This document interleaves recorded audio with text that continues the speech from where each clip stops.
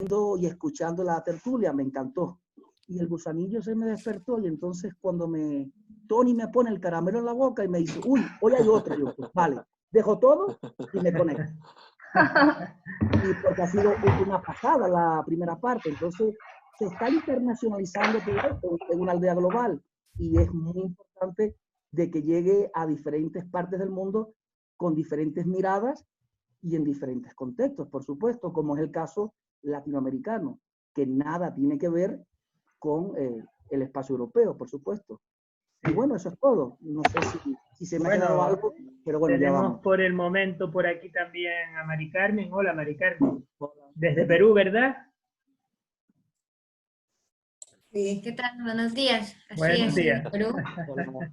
¿Qué tal? Encantada. Mari Carmen, si quieres presentarte un poquito, decirnos a qué te dedicas y eso, lo que va entrando la gente. Ah, ya, ok. También me formé en la práctica centrada en soluciones con Hans en el Centro Latino. Por ahora me dedico a hacer clases de tutoría en un colegio privado, de manera virtual, obviamente, y con la práctica centrada en soluciones en consulta por Zoom o WhatsApp, y básicamente eso, ¿no? Ajá. Qué bueno. Y tenemos a Igor también por ahí. Hola, Igor. Igor es de la isla de... Está ahora vasco, oriundo del País Vasco, ¿vale? Y de la isla de enfrente. O sea, yo estoy viendo desde mi casa, estoy viendo su isla ahora desde aquí, ¿eh? De Gran Canaria. Yo de momento lo estaba no viendo estoy a él. viendo tu isla, pero hace poquito sí que lo estoy mirando, sí. Igor, cuéntanos un poquito para que la gente también sepa a qué te estás dedicando ahora últimamente. Bueno, últimamente la verdad es que estoy disparando muchas cosas. Yo soy sexólogo y psicólogo, sobre todo vengo mucho más de la sexología y la psicología la recuperé después de que la práctica centrada en soluciones me cautivó y a partir de ahí recuperé mi parte de psicólogo.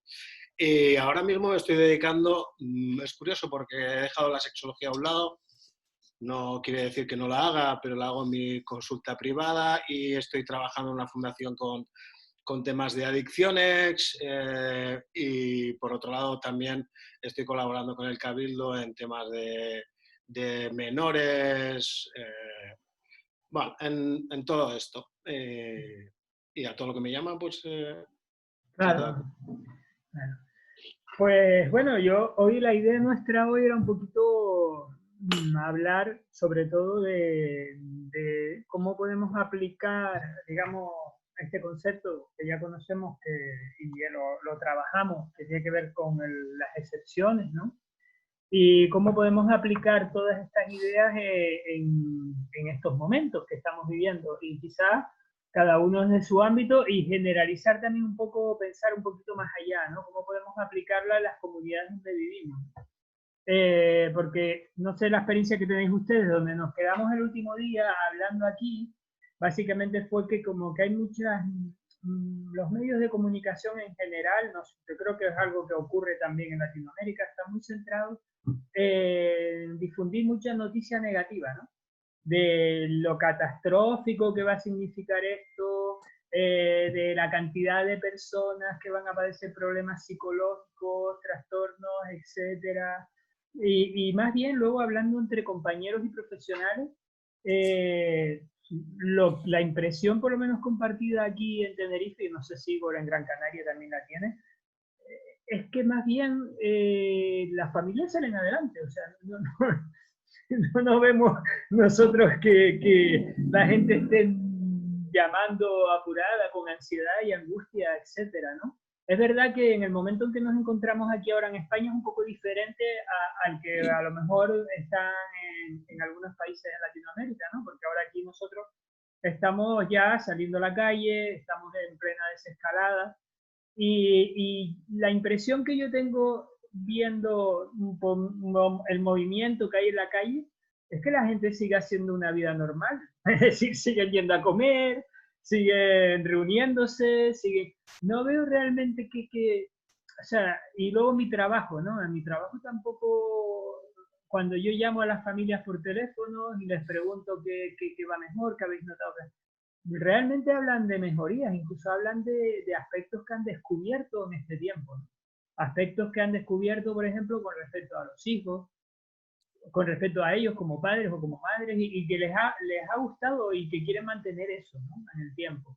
Así que no sé realmente cómo casar esas noticias que nos están llegando de que esto poco menos que va a ser o que la población va a quedar muy afectada psicológicamente con lo que realmente después en la práctica diaria yo por lo menos estoy viendo. No sé, y lanzo esta idea para empezar un poco y abrir debates. Hola Hans, bienvenido. Así que, no sé, ¿cómo lo ven ustedes desde vuestros puntos de vista, vuestros trabajos?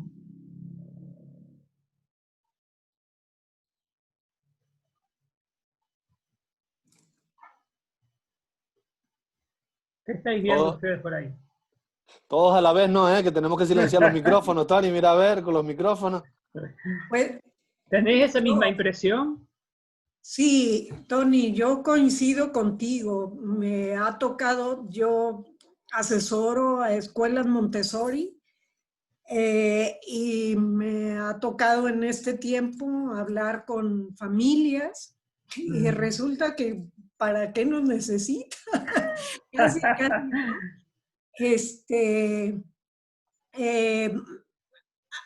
Algunos sí sienten esta parte de que todo, la incertidumbre de qué va a ser mañana.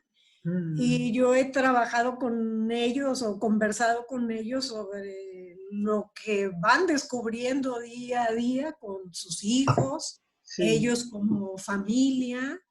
O sea, sí entiendo la parte de la incertidumbre de las cuestiones de tipo económico, que sí se sienten.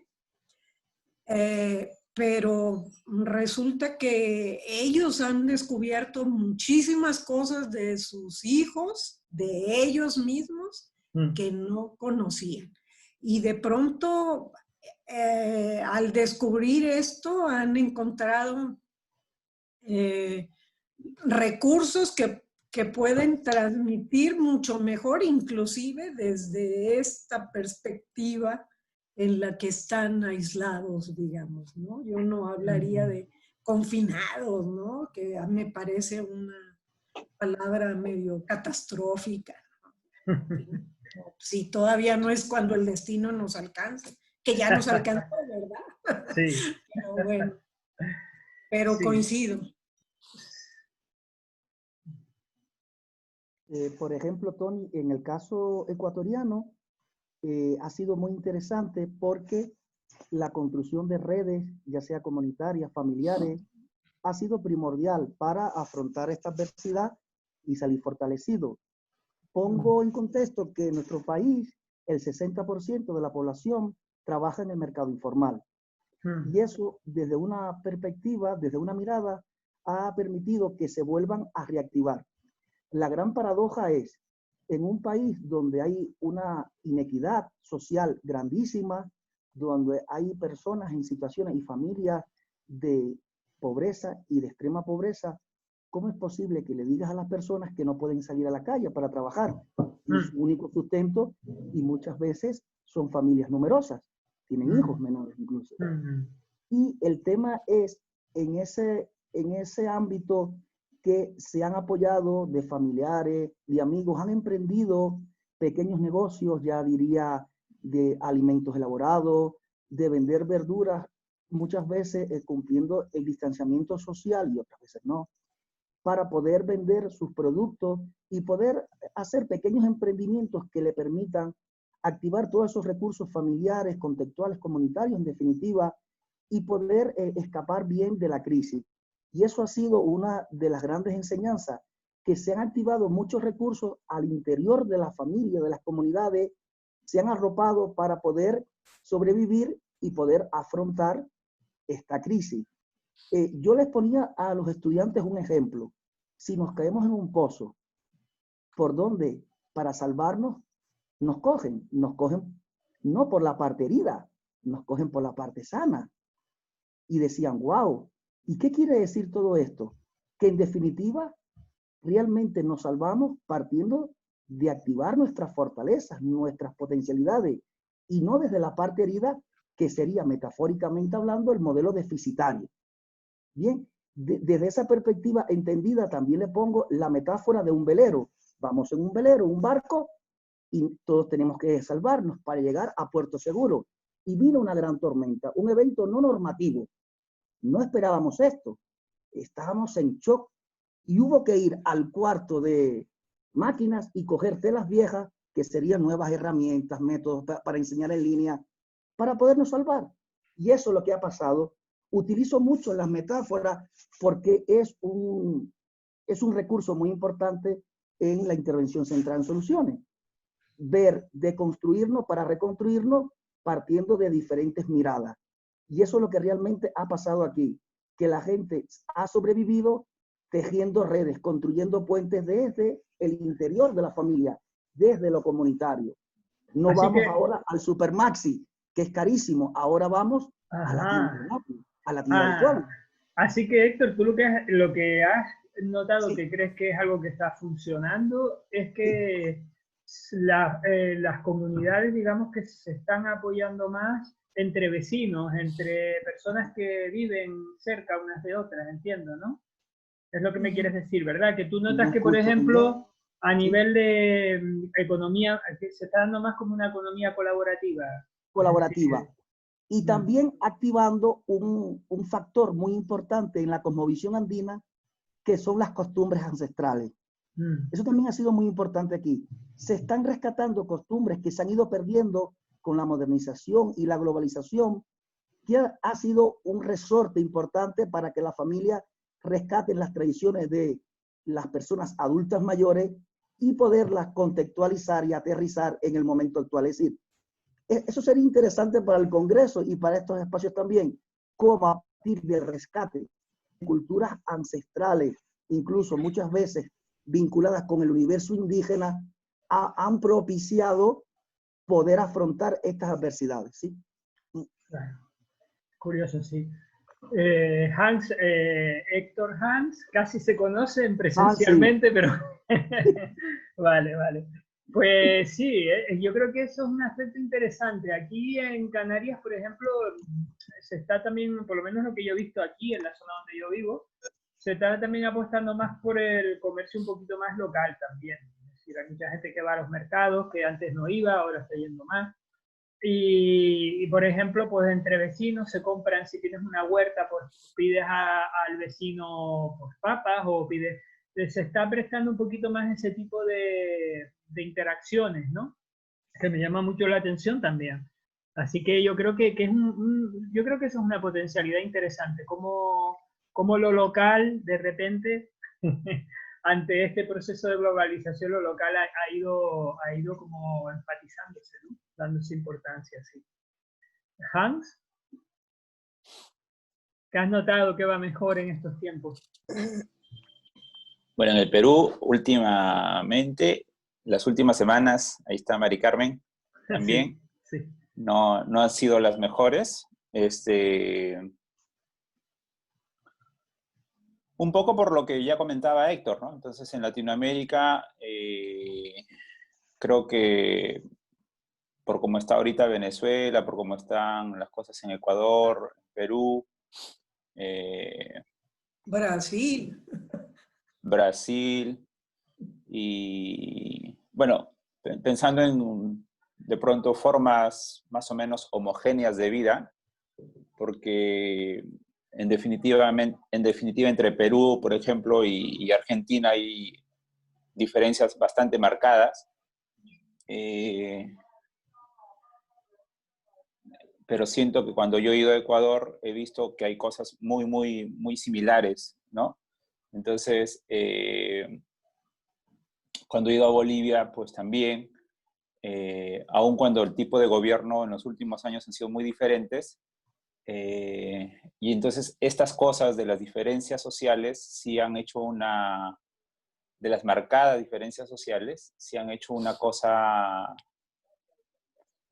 en contra, por decirlo, pero creo que ya están respondiendo de alguna u otra manera las autoridades Y yo diría que lo mejor es que se han dado cuenta de que no se puede escuchar solo una voz.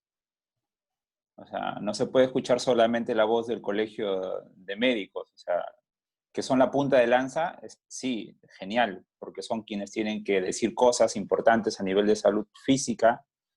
Pero el Perú, por ejemplo, la gente piensa muy diferente en Tumbes que en Cusco, ¿no? Las personas pensamos muy diferente. En la misma Lima, por ejemplo, las personas que viven en Surco, en Barranco, tienen un comportamiento diferente de lo que podría estar ocurriendo en otras zonas de la misma Lima, ¿no? Entonces, no se puede, y por eso yo estaba haciendo un cuestionamiento sobre la palabra adaptarse, porque me parece que la palabra adaptarse a mí al menos me hace ruido, porque es como pedirle a alguien que es la persona a la que tiene que adaptarse al sistema o a lo que se está proponiendo a nivel macro, ¿no? Cuando en realidad yo creo que hay que ajustar las cosas a cada contexto lo más que se pueda. Y entonces yo creo que ahí ha empezado a mejorar un poquito estas cosas en el país, porque han empezado a decir, claro, no podemos hacer lo mismo en Iquitos, que es selva, de lo que se está haciendo en Lambayeque. No podemos hacer lo mismo en esos lugares que de repente en Trujillo o en Piura, ¿no? Y no podemos actuar igual que en Lima, porque en Lima hay mucha más variedad. Y entonces yo creo que ya han empezado a llamar a profesionales del corte antropólogos, trabajadoras sociales, incluso yo creo que ya han empezado a escuchar un poco también la voz de los psicólogos, las psicólogas. Entonces ya han empezado a formar equipos más interdisciplinarios o multidisciplinarios, y yo creo que eso podría ser una luz en términos de generar políticas para mañana, ¿no? De las que están generando ahora, por un lado.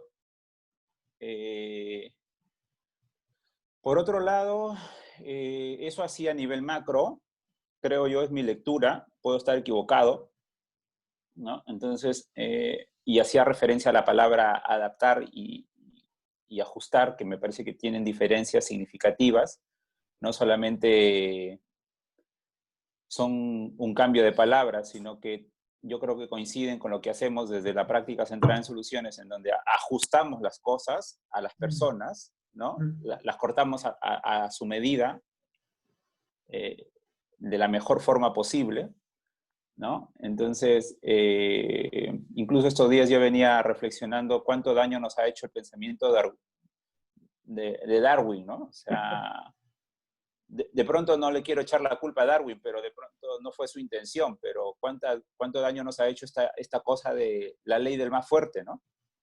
Entonces,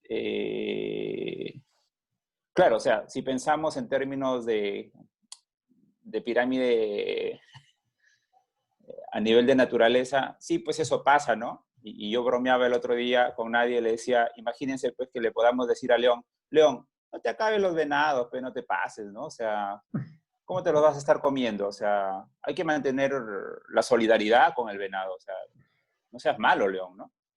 Entonces hay gente que de pronto sí dice, no, es que lamentablemente es así, pues, la ley de Darwin, ¿no?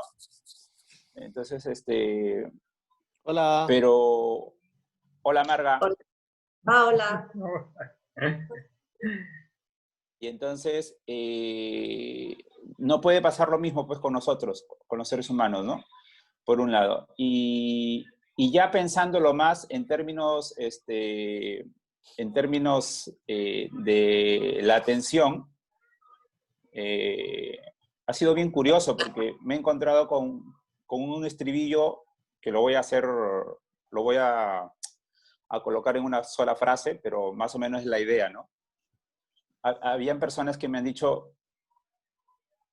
que bien me ha venido esta cosa, ¿no? O sea, hace poco una persona me decía, gracias a esto es que mi matrimonio está realmente mejor. Estamos teniendo la oportunidad de mejorarlo. Entonces, y fue curioso porque fue dentro de la conversación que esta persona dijo eso. Entonces yo dije, ok. ¿No? Y hace poco otra persona me dijo, si no tuviera este tiempo, que sí al inicio me ha fastidiado y demás, pero si no lo tuviera, no hubiera podido sentarme a conversar contigo, ni buscarte, por ejemplo, me dice, ¿no? Entonces, no hubiera tenido tiempo de pensar que necesito mejorar algunas cosas, ¿no? Y luego una chica bastante jovencita, de 16 años, que la mamá buscó una sesión, me dijo, la verdad es que esto me ha venido de pelos, ¿no? O sea, me ha venido como anillo al dedo, porque yo no tenía bien claro la brújula dónde ir, y ahora ya la tengo, ¿no? Y te he buscado, he pedido que te busquen porque necesito solamente confirmar las cosas, ¿no? Entonces, estoy como un notario psicológico, creo, ¿no? Así ¿No? que un poquito, Hans, haciendo resumen de lo que hemos hablado hasta ahora, parece que en este tiempo, ¿no? Han surgido algunos aspectos. Por un lado, esta idea de que, bueno, colaboremos unos con otros para ayudarnos mutuamente, y Héctor ha puesto el ejemplo de estas economías más locales, colaborativas, que se dan en grupos pequeños de población, ¿no? Luego, por otro lado, está el tema del contextualizar, ¿no? De cómo ajustarnos a las diferentes comunidades, porque tú has dicho, bueno, no es lo mismo la selva que Trujillo, ¿no? Entonces, esa idea de intentar trabajar de una forma contextualizada, ¿no? Que también comentaba. Y también esta idea de que, oye, pues dentro de todas estas dificultades que hay, la gente hay personas que están sacando aprendizaje, y yo creo que bastantes personas. Y hay personas incluso que han visto en estas situaciones oportunidades para crecer y para mejorar, ¿no? Entonces, este ejemplo de este chico con el que tú hablaste, me parece, ¿no? Entonces, hola Marga, ¿qué tal? Marga se añade un ratito a la conversación. Estábamos hablando, Marga, un poco de lo que estamos viendo que está funcionando, tanto a nivel micro como a nivel macro, en estos tiempos, y que podemos a lo mejor trabajar y colaborar para ampliarlo un poquito más, ¿no? Estaba diciendo Héctor de Ecuador que lo que ha visto allí es bueno, que hay una economía como más colaborativa, más a lo local, donde unos vecinos con otros se apoyan y se venden productos e intentan tirar para adelante así, ¿no? Y luego Hans estaba hablando que, bueno, que ahora también han descubierto que en Perú, sobre todo, que dependiendo de qué zona, pues está claro que no es lo mismo difundir un mensaje y trabajar en Trujillo, por ejemplo, que hacerlo en la selva. Y entonces, ¿cómo contextualizar esto? ¿Cómo meter equipos, no solo médicos, sino equipos de profesionales de tal manera que sean más interdisciplinares, ¿no? Que Hans me ha comentado que ahora están pensando en meter antropólogos también para trabajar con comunidades en la selva. Corrígeme, Hans, ¿vale? Y meter psicólogos y demás. Sí, o sea, han empezado ya a tener ese tipo de reuniones, ¿no? Antes solamente eran reuniones entre el Poder Ejecutivo, o sea, los ministros y el presidente y el colegio médico, ¿no? Entonces era como solo una voz profesional, pero en el Perú hay tantas formas de vivir. Por ejemplo, hay mucha gente en la sierra que lo que está haciendo es maravilloso, ¿no? Porque está mandando alimentos a zonas de la ciudad, de la costa, en donde saben que está faltando alimentos, ¿no? Entonces, es gente que está ofreciendo su trabajo del campo porque dicen, allá se están muriendo de hambre porque no pueden salir a trabajar, ¿no? Entonces, toda esa cosmovisión, y eso viene de pronto ese es un legado de los incas, de las culturas preincaicas, la minca y todo eso, ¿no? Entonces, esa no es una lectura que se hizo al inicio, ¿no? Y entonces es necesario volver a leer las cosas para ajustar todos los procesos que se están haciendo, ¿no? Desde aquí, por lo menos desde el ámbito en el que yo trabajo, lo que sí lo he visto, sobre todo en el ámbito de protección de menores, es que aquellas familias donde estábamos haciendo un seguimiento y que ya estaban en un proceso de trabajo con los equipos, lo que hemos visto es que desde el momento en que los equipos nos hemos retirado de sus vidas, digamos, hemos pasado más como a un segundo plano, hemos ido como todavía más por detrás, las familias han generado sus propias soluciones. Es decir, una madre que me comenta que ahora puede hablar con su hijo de, por ejemplo, lo que quiere estudiar, con un chico adolescente, que eso no ocurría antes. Es decir, antes la madre estaba trabajando todo el día, el chico estaba en la calle, consumía tóxicos y demás, y ese tipo de conversaciones no se daban. Entonces, incluso la madre ha visto algo positivo en esto. Por ejemplo, me ha dicho, ahora conozco realmente quién es mi hijo, ¿no? Es que es curioso eso. Entonces, claro, es un poco como lo que ha dicho Pilar. Es decir, realmente nosotros como profesionales a veces tenemos que reflexionar un poco y decir, somos tan necesarios, ¿no? Desde el momento que nos colocamos como en un segundo plano, de repente las personas siguen sus vidas y empiezan a generar sus propias soluciones, ¿verdad? No sé, es la impresión que tengo, ¿no? Yo creo que el periodo este ha servido también para, como decían, ¿no? Héctor y Hans, ha servido quizás para volver a valores esenciales, para reconstruir una nueva realidad, porque estamos hablando de la nueva normalidad y yo creo que no va a ser una normalidad nueva, va a ser una realidad nueva, donde vamos a partir desde un punto de vista distinto y sí que es verdad que, bueno, que hay muchísimas familias y muchísimas personas que están redescubriendo o descubriendo ahora mismo porque han tenido esa oportunidad, ¿no? Con esta fase de descubrir habilidades, estrategias y cosas que pueden aprovechar. Entendemos que no es el 100% de la población, obviamente, y quizás a lo mejor también ahora nuestro trabajo como profesionales es ayudar a colocar todo eso que han descubierto y recolocar un poco pues por dónde seguimos, ¿no? Porque hay mucha gente también que se ha visto con muchas cosas descubiertas en este proceso y les ha cambiado un poco pues su dinámica, su vida, su perspectiva y están en esa fase un poco como descolocados, ¿no? Y nos están solicitando, nosotros por lo menos en el campo, sí que hay muchas familias que nos ayudan de, claro, es que antes las cosas eran así y ahora son asá y necesitamos como centrarnos, están como en ese batiburrillo de ideas y creo que es bueno también tenerlo en cuenta. Sí. Pilar, ibas a decir algo, ¿verdad? Me parece. Sí, yo quería retomar un poco el caso de Ecuador y de Perú. México es un total caleidoscopio y aquí algo que ha surgido en las comunidades indígenas es que no tienen coronavirus, ¿sí? Están aisladas, cerradas y siguen su dinámica. Digo, hay algunas situaciones, por ejemplo, en Chiapas, donde hay una lucha terrible a nivel político y demás en contra de algunas comunidades que quieren apropiarse las grandes empresas y demás. Y ayer oía un caso muy singular de un estado que está en el norte del país, Chihuahua, donde son los huicholes o huijaricas.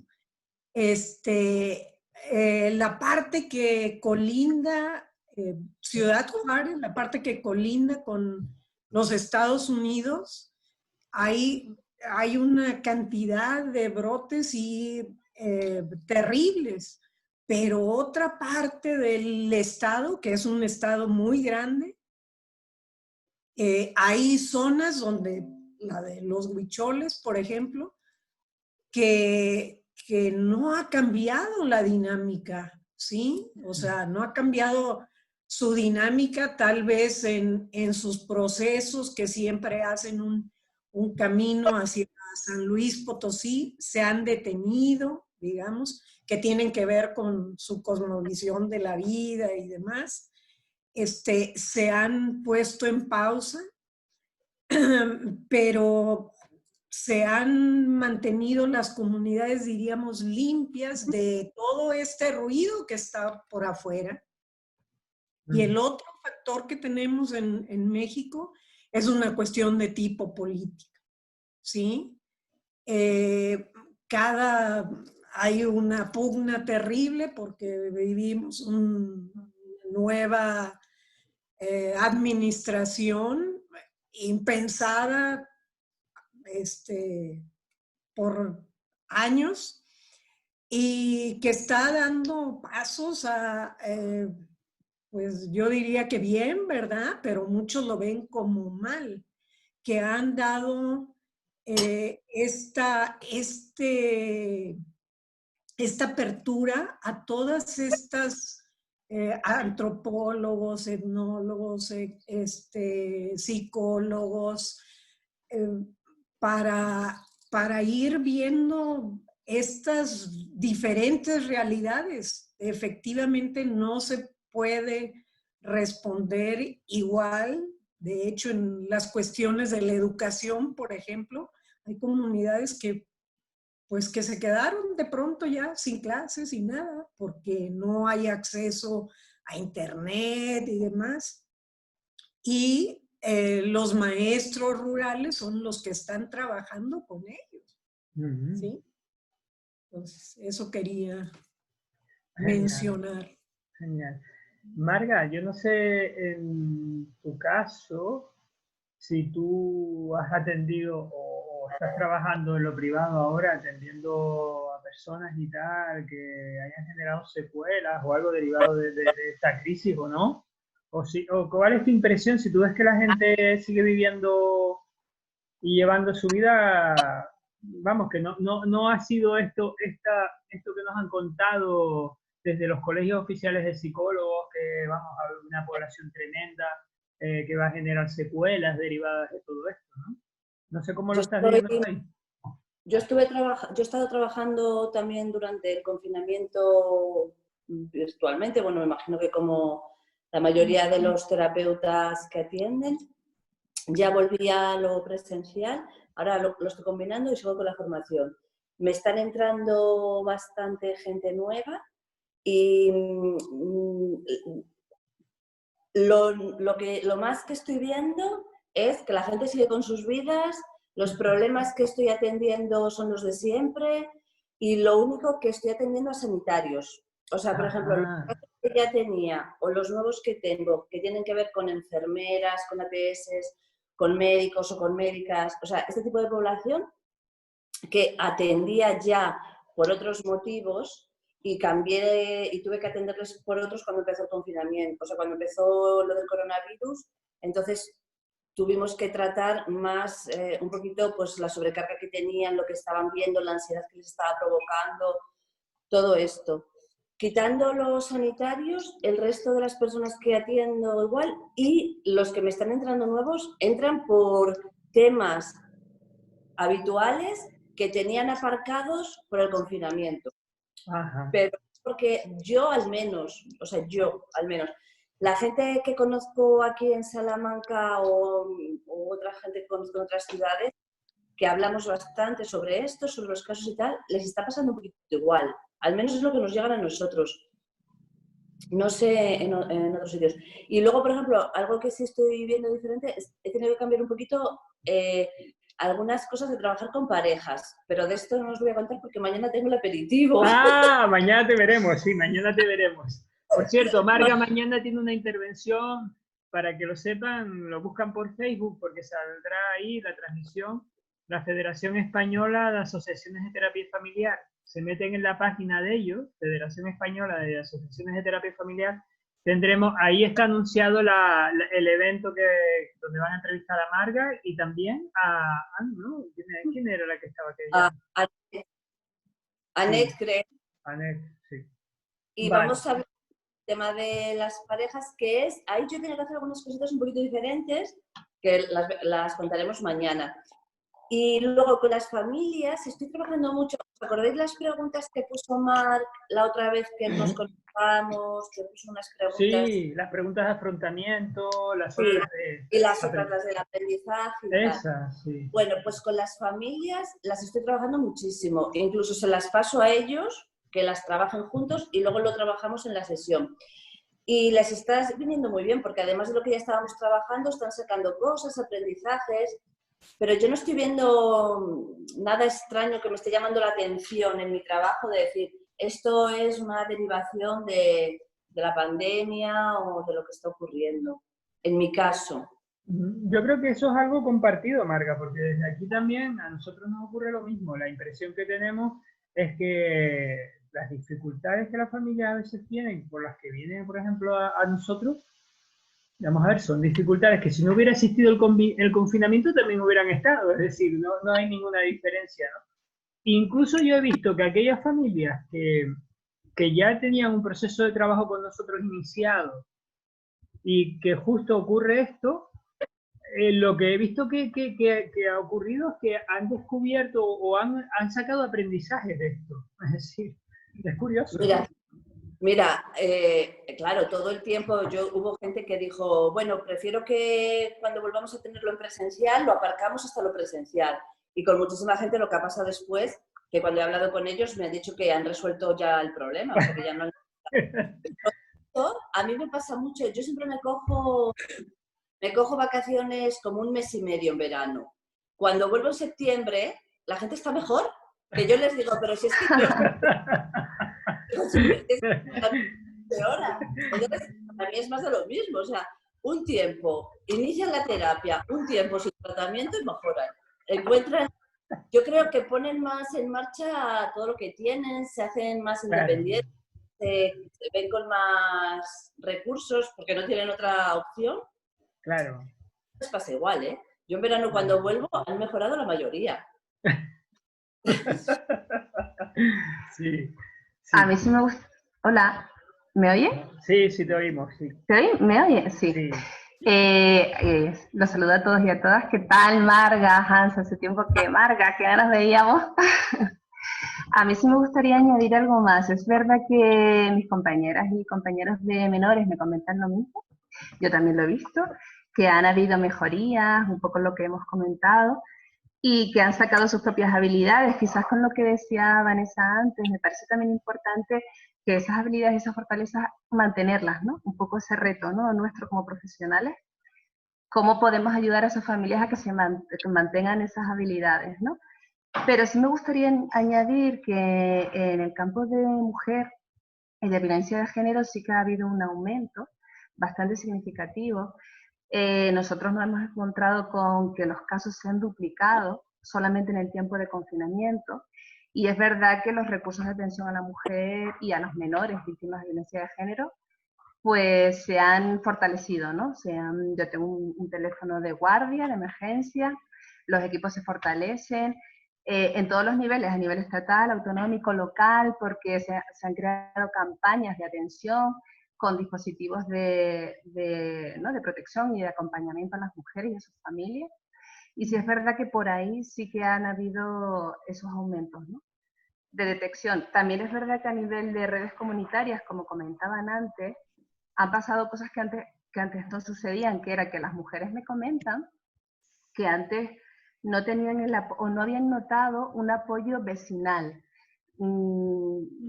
Ahora sí que han habido casos donde las mujeres han sido acompañadas por sus vecinos y vecinas a denunciar en sus procesos, y eso sí que es nuevo, porque antes no sucedía tanto, ¿no? Incluso vecinos y vecinas, comunidades han denunciado, y han habido sentencias judiciales pioneras en los que a lo mejor la mujer no mantiene la denuncia, ¿no? Pero por denuncias vecinales los jueces han tomado órdenes de protección hacia las mujeres, ¿no? Entonces sí que es verdad que es algo diferente, ¿no? Y luego después que también comentaban los cuidados a las profesionales, ¿no? Creo que lo que comentabas, Marga, de atención a los sanitarios y sanitarias, es verdad que yo también he notado que en el campo mío de servicios sociales también necesitamos bastante cuidado entre nosotros, ¿no? Un poco añadir esas. Son con los que más he trabajado los temas porque lo han vivido, las personas que yo tengo en consulta, lo han vivido muy de cerca, todos los días. Bueno, a mí me han contado historias terroríficas que han estado viviendo y sí, son los que más afectados he visto, que también es lógico, claro. Son los que han estado ahí, siguen estando ahí. Y casualmente no. O sea, es lógico que por lo que ellos estaban consultando antes de todo esto, lo han dejado como aparcado, evidentemente, y el tratamiento ha tenido que ver con un apoyo a ellos, con manejar temas de ansiedad, temas de estrés, eso. Y ahora, escuchándote hablar de las mujeres de víctimas de violencia, es verdad, me ha venido a la cabeza algún caso así. Yo no, claro, no es que solo me dedique a ese campo, a violencia filioparental, pero sí que he tenido algunos casos, y la mayoría de los casos de violencia filioparental en confinadas han mejorado. O sea, los chicos y tal han podido estar mejor y tal. Pero en algún caso que había empeorado, algo que a mí me ha sorprendido es que, por ejemplo, en este caso, una familia monoparental que tengo en la cabeza, pues la madre, que yo llevaba tiempo trabajando para que llamara a la policía en esas situaciones y tal, pues ahora en el confinamiento, como ha visto que no tenía más recursos, porque me llamó además por teléfono y dice, es que ya no sé qué hacer, pues se han atrevido más como a dar este paso, que viene muy bien por otro lado, que ha mejorado la cosa desde que intervino la policía y tal. No sé en otros, pero a lo mejor ha sido un momento para recolocar cosas, donde la gente, si, al verse que no podía acudir a otro sitio, pues igual han hecho más de esto. Pero yo no lo sé, cuento casos esporádicos que he atendido yo.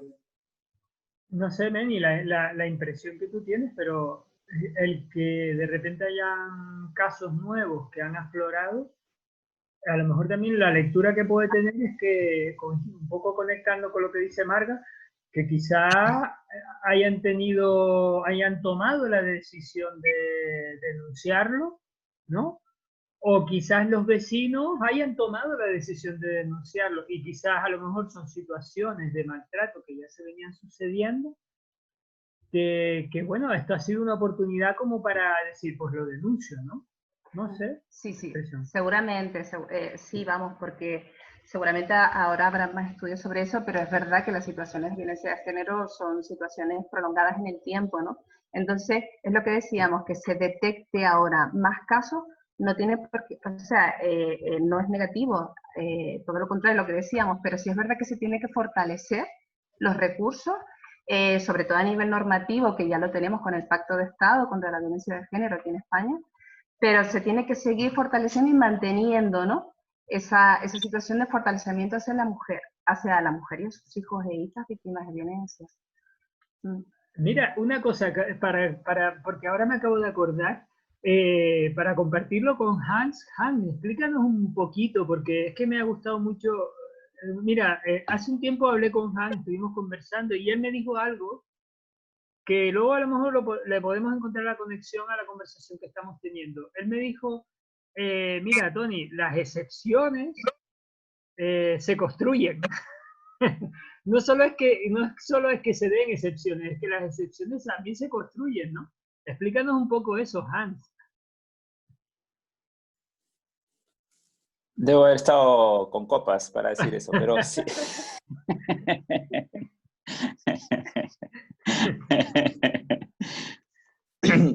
Bueno, es que yo pienso que finalmente poniéndome un poquito insolente con Steve, yo creo que muchas de las cosas que hacemos en el trabajo centrado en soluciones finalmente es una construcción, ¿no? O sea, Yves Lipchitz decía algo interesante porque decía, por ejemplo, que la solución es el producto final de un proceso, o sea, no es algo que es como la taza, ¿no? O sea, ahí está, ¿no? Sino es parte de un proceso, ¿no? Entonces, hurgando en esas ideas un poco, yo estaba pensando que de pronto, claro, la excepción no es una excepción hasta que la persona la advierte como tal, ¿no? O sea, porque las personas ven que hay cosas que van pasando en su vida y algunas las advierten, otras no las advierten. Y el nombre de excepción, esto puede prestarse para la polémica, es más una mirada nuestra, ¿no? Entonces, somos nosotras las que le hemos puesto el nombre de excepción, o quienes venimos con la idea de eso, pero la persona no sabe que es una excepción. ¿no? Entonces, quizás de pronto lo que podríamos hablar es de que tuvieron momentos de logro y que a eso nosotros sí le llamamos excepción, pero que en la conversación se convierte en una excepción cuando la persona se adueña de todo eso, la distingue, la diferencia de lo demás que le ha venido pasando en la vida y además se apropia de eso, lo que va a impactar o insertar en la agencia personal de ellas o de ellos, ¿no? Entonces, cuando ocurre todo ese proceso y se hace toda esa construcción en la conversación, yo creo que ahí podríamos estar hablando de que la excepción finalmente es una construcción más que una cosa que estuvo ahí, ¿no? Porque a mí me parece que hay un peligro de pensar que está ahí, porque hay muchos chicos o chicas que venían al Centro Latino y me decían, pero no hay excepciones. Entonces decía, pero es que la excepción no es... No, es como, sentía como que se iban a buscar el lápiz o el lapicero, ¿no? En la conversación. Y haciendo una analogía. Entonces, no es que esté ahí, sino es que hay que construir un espacio, hay que construir una forma de conversar, hay que construir preguntas en función de lo que nos cuentan, hay que construir una escucha centrada en soluciones, y con todo eso se va construyendo también la posibilidad de que pueda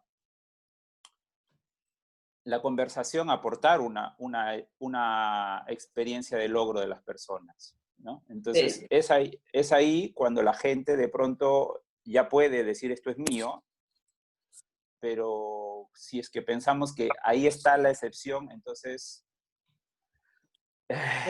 las personas que están empezando a conectarse con las ideas recién en el trabajo, siento que a veces, sin quererlo, pueden patinar, ¿no? En esta idea de, pucha, pero no hay, ¿no? Entonces, no es que no haya, ¿no? Sino que hay que construirla, ¿no? De hecho, esta es una conversación que tuve hace mucho tiempo con Steve Madigan de la terapia narrativa, y es la terapia narrativa precisamente la que cree y la que defiende que, digamos, las excepciones, la historia alternativa, porque ellos no lo llaman excepciones, pero en el fondo están hablando de lo mismo, dicen que es lo que está ahí y que la persona tiene que acceder a ella, pero que ya está ahí.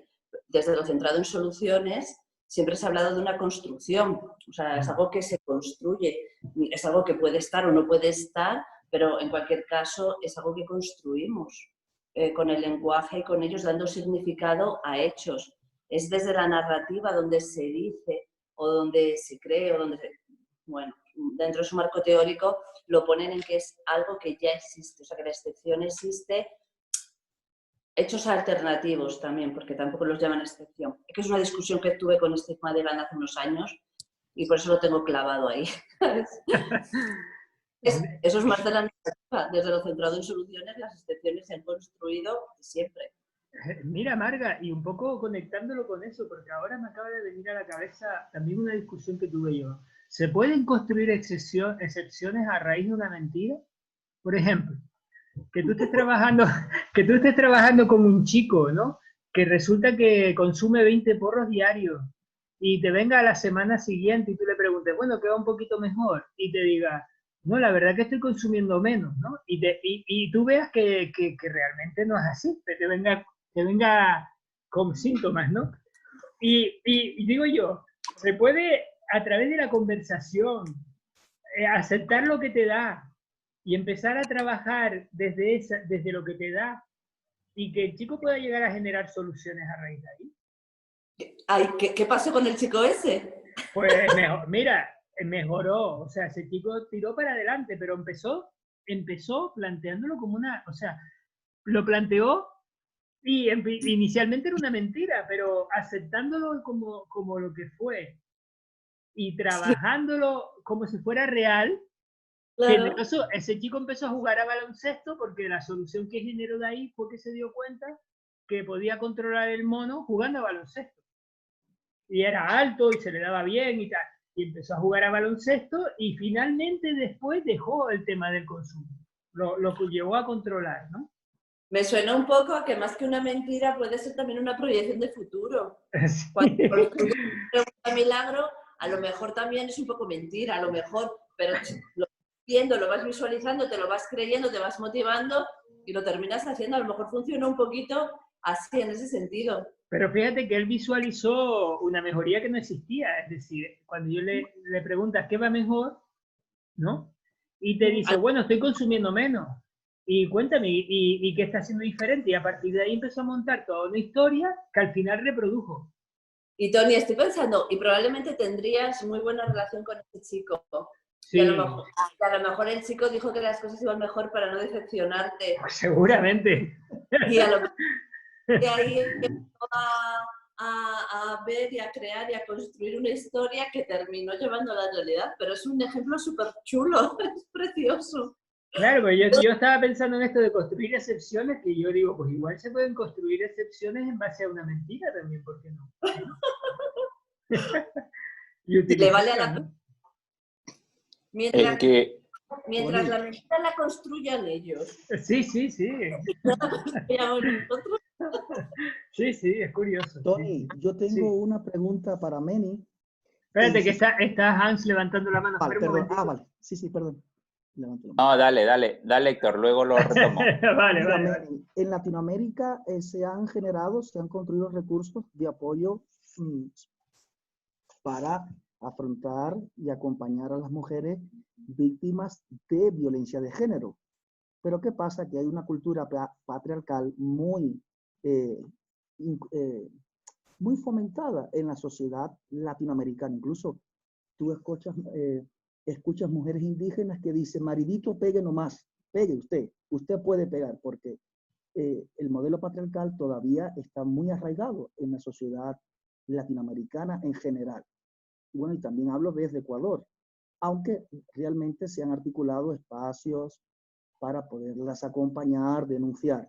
¿Qué pasa en el caso de una mujer que denuncia el maltrato de su esposo, tiene hijos menores, pero ella quiere continuar conviviendo con el maltratador? Esa es la pregunta. Gracias. Es muy complicada la pregunta. Sí, aquí también tenemos una sociedad patriarcal bastante arraigada, bastante fuerte, y tenemos muchos casos de violencia.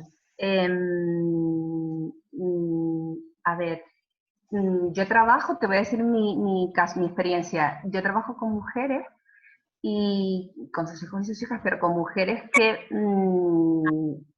ella ¿no? Construimos un proyecto como de trabajo donde ella me informa que es víctima de violencia de género, sigo trabajando con ella, aún conviviendo con el agresor. Es complicado, ¿no? Pero sí, sé que de manera general no hay mucho confrontamiento con algunos recursos de atención a la mujer, donde tienes que denunciar. Yo creo que desde el enfoque se puede trabajar con mujeres víctimas de violencia de género, porque yo lo hago, desde otra perspectiva. O sea, no desde el confrontamiento tienes que, sino que sea la propia mujer la que toma esas decisiones, ¿no? ¿Cuál es mi trabajo? Pues reforzándola, como yo siempre digo, no, vamos a trabajar juntas para eliminar la violencia de tu vida. Con todas las herramientas, además del enfoque, con las escalas, con previsión a futuro, ayer hice la pregunta Milagro, precisamente, que además me emociona un montón, y se puede trabajar así. Yo trabajo así.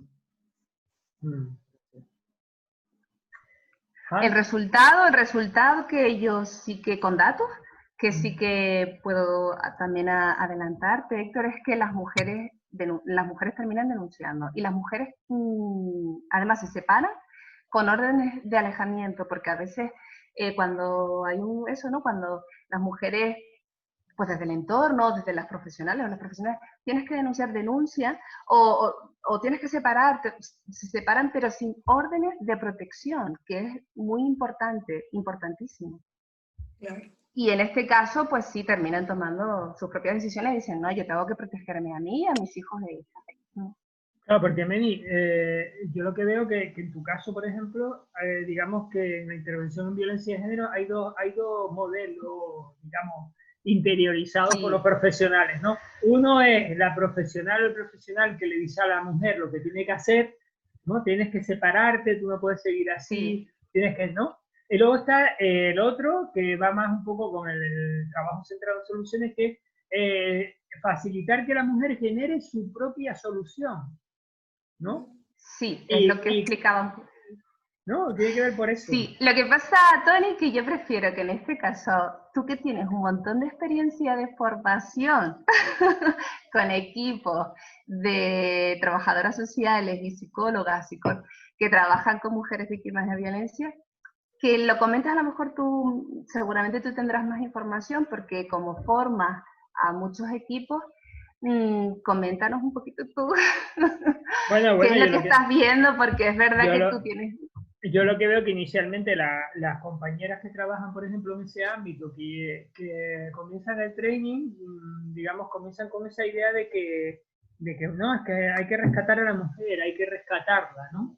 Y entonces van por delante de la mujer, generando, digamos, recursos, por ejemplo, alojamientos alternativos y demás, y trabajando con ellas como con la idea de que debe de hacerlo, el deber de, ¿no? Y luego cuando van pasando van empezando a trabajar de una manera centrada en soluciones, lo que suele ocurrir es que se dan cuenta que es más útil ir más por detrás y ayudar a la mujer a que genere su propia solución. Es decir, facilitar conversaciones donde la mujer decida qué quiere hacer, ¿no? Yo creo que ese, digamos, son los cambios que yo he visto con compañeras que han estado formándose en esto, ¿no? Y que vienen del ámbito precisamente de la violencia de género. Sí, sí. Tony, tú decías algo importante, se me corta un poco el audio por la distancia tal vez, por el satélite. Corrígeme si me equivoco. Tú dices, yo siempre se lo transmito a los estudiantes, el trabajador social, las personas, los profesionales que intervenimos en el ámbito social, no ayudamos a resolver problemas. Nosotros no somos apagafuegos. El matiz que se debe hacer es ayudar a las personas para que activen sus propios recursos y adquieran sus propias competencias y poder co-construir su propia solución. Entonces, no sé si estoy claro en ello, ¿no? Tú dices una frase, ir por detrás. ¿Qué diferencia hay en ir por detrás o ir al lado de? Eso ya nada más. Ya. Bueno, yo pienso que... Nos estás provocando, como nos estás provocando con la resiliencia. Hombre, si tú asumes de entrada que todas las personas tienen ya lo que necesitan, exacto, para superar las dificultades que tienen, pues probablemente cuando yo hablo de ir por detrás, tiene que ver más con preguntar, con esperar, si tú lo vieras en un microscopio, si te pusieras en un microscopio, lo que verías es que lo que hacemos es preguntar, esperar, ajustarte al tiempo. Si alguien te dice un no sé, aceptar un no sé como respuesta y esperar, y tú lo que verías es un poco eso, ¿no? Es decir, verías como que nosotros no nos adelantamos haciendo 3 o 4 o 5 preguntas ante un no sé. Lo que verías es que alguien te dice un no sé y nosotros aceptamos ese no sé como un poco un mensaje de que, oye, dame tiempo, que estoy pensando, ¿no? Es decir, un poquito verías que nos vamos ajustando al ritmo y al tiempo, ¿no? De cada persona, porque vamos, entendemos que es ese el proceso. No sé, Marga está por ahí ahora riéndose, que la acabo de ver. Y un poquito sería eso, ¿no? Sí, tiene que ver con eso, tiene que ver también un poquito con el rol del profesional, con el rol de no experto, de no saber, de que sea la persona la que va por delante, la que va contando, la que va diciendo. A mí me ayuda mucho lo que es el rol, el no experto. Cuando no eres experto en algo, solo te queda que preguntar e ir montando preguntas sobre la respuesta del otro. Claro. Hans, ahora te doy la palabra, que tenías ahí la mano levantada.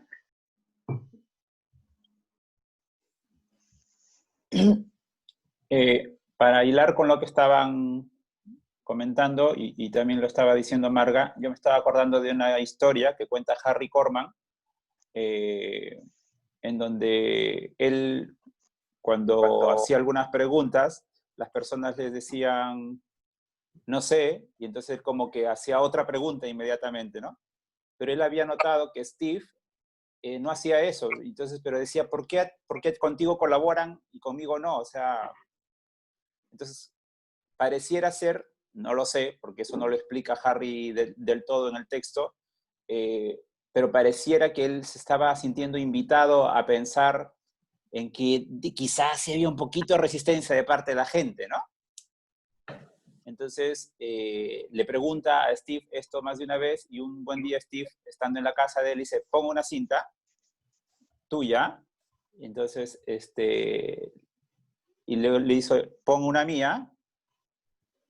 Y Harry Corman dice, habré visto esas cintas más de una vez, habré visto a Steve conversar con las personas más de una vez, pero recién ahí me di cuenta que yo me estaba apurando, ¿no? O sea, que el no sé de las personas le generaba una sensación de apuro a Harry, y que lo que hacía Steve realmente era callarse,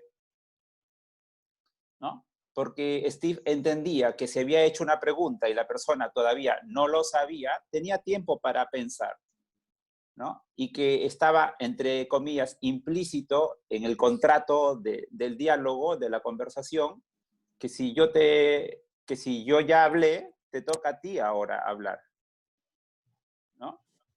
Entonces, y yo creo que ahí eso está muy ligado con la idea de la postura de no experto, con la postura de no darse por enterado tan pronto, ¿no? Entonces, que es parte de esta construcción que se hace. Y pensando en eso, en lo que decía Tony sobre este chico que había mentido, y que me encantó lo que Marga dijo, si la mentira viene de la persona, está estupendo. Hay un libro que yo he estado leyendo que se llama Somos lo que nos contamos, de Oscar Villarroyo, o Villarroyo creo que es. Y es un libro súper interesante porque habla de cómo, o sea, va contando experiencias reales, ¿no? Como por ejemplo lo que pasó en el pueblo de Salem, en Estados Unidos, ¿no?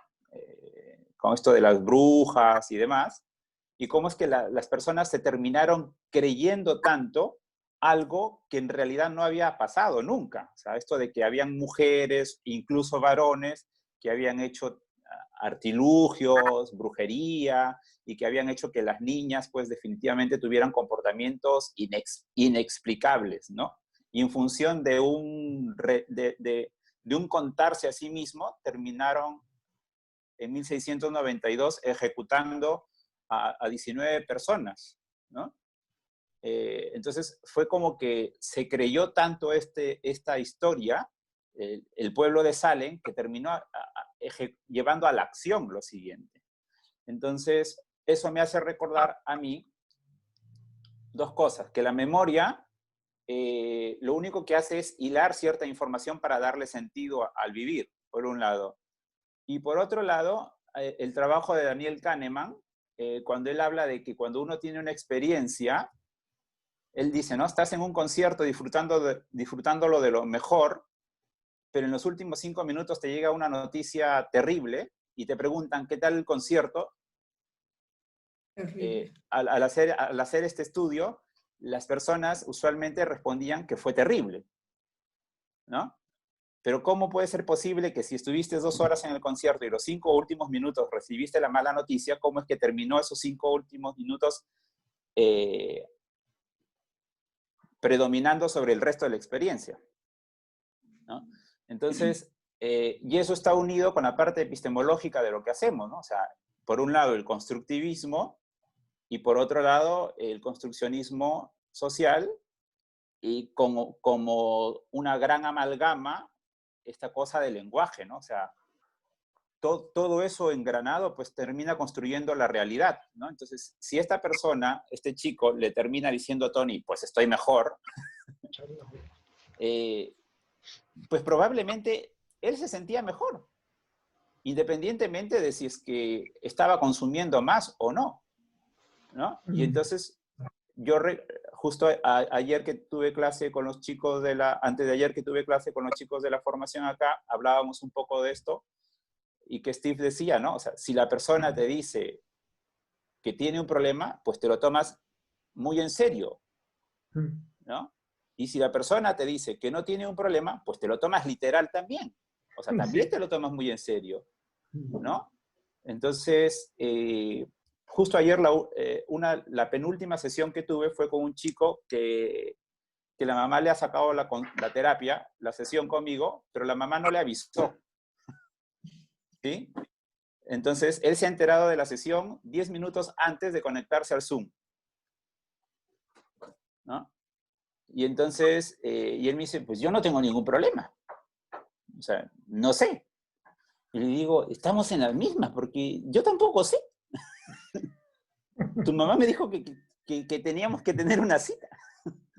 Entonces, ¿qué hacemos? Le digo, ¿no? O sea, ¿tú tienes alguna idea de por qué tu mamá quiere que tengamos esta conversación? O sea, tú no sabes, yo no sé, no sabemos. ¿Qué hacemos?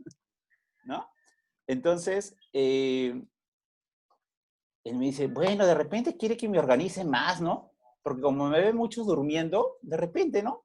Pero estoy aburrido, pues, me dice, ¿qué hay que hacer en estos días? Claro, le digo, tiene sentido, ¿no? Entonces, sí, pues, le digo eso, no hay mucho que hacer, ¿no? Salvo conversar con el psicólogo. Y nos reímos los dos. Y fue curioso porque a mitad de la sesión se unió la mamá porque él le dice, ven, le dice, ¿para qué quieres que hable con él? ¿No? Le digo, sí, ¿nos puede contar? Y entonces ella empezó a decir, sí, es que lo veo así como medio desganado, ¿no? O sea, medio apagado. Le digo, y eso es a lo que tú le llamas aburrido. ¿Será? Pues me dice, ¿no? Claro, sí. Entonces empezamos a construir un diálogo en función de algo que no había. O mejor dicho, sí había, pero no era lo que en principio tenía que haber en función de lo que probablemente la mamá pensaba. ¿No? Entonces se construyó otra vez un espacio y yo creo que eso es sumamente importante, ¿no? O sea, cómo vamos construyendo y cómo nos vamos tomando literalmente las palabras de las personas, ¿no? O sea, Yvonne Dolan decía que Steve hacía dos cosas súper interesantes. La primera, pensar siempre lo mejor de las personas. Y lo segundo, que se abstenía de manera arbitraria, o sea, voluntaria, de hacer algún tipo de interpretación sobre la vida de las personas, ¿no? Me recuerda, Hans, a eso de, si te viene una hipótesis, tómate una aspirina y espera que aún hay más. Se corta. Y yo diría, o sea, esas dos cosas hacía Steve, y yo diría que además hacía algo, con ello hacía algo mucho más potente, o sea, respetar a la persona por encima de cualquier otra idea, ¿no? Entonces, que es un ejercicio arduo, ¿no? O sea, que tenemos que estar ahí, o sea, manteniéndonos de manera constante, ¿no? Porque es como, o sea, ¿cómo no me hago ideas de, ¿no? Si por biológicamente, como dice Maturana, estamos predispuestos a hacer interpretaciones, ¿no? Sí. Entonces, es como trabajar todos los días en eso, ¿no? Entonces, tomarse en serio las palabras, mantener la postura de no saber, de no experto, es un trabajo cotidiano, ¿no? Sí. Luego también otro tema que yo quiero introducir, porque hace poco tuve una conversación con colegas de Galicia, de La Coruña y de Pontevedra, ¿no? Y bueno, en esa conversación que estuvieron hablando conmigo un poco me plantearon que la resiliencia en estos tiempos, ¿no? Y en general, la resiliencia es un fenómeno extraordinario, ¿no? Y que como tal, la resiliencia no puede ser entendida como algo ordinario. Claro, yo entendía que la resiliencia más bien es algo ordinario, es decir, es como un recurso más que las personas tenemos, ¿no? Ante situaciones adversas, la mayoría de las personas gestionamos esas situaciones adversas y salimos airosos de ellas, ¿no? Y yo entiendo que ante esas situaciones adversas, la resiliencia es un proceso que se da en nosotros. Es decir, no lo veo como algo extraordinario. Exacto. Es algo ordinario.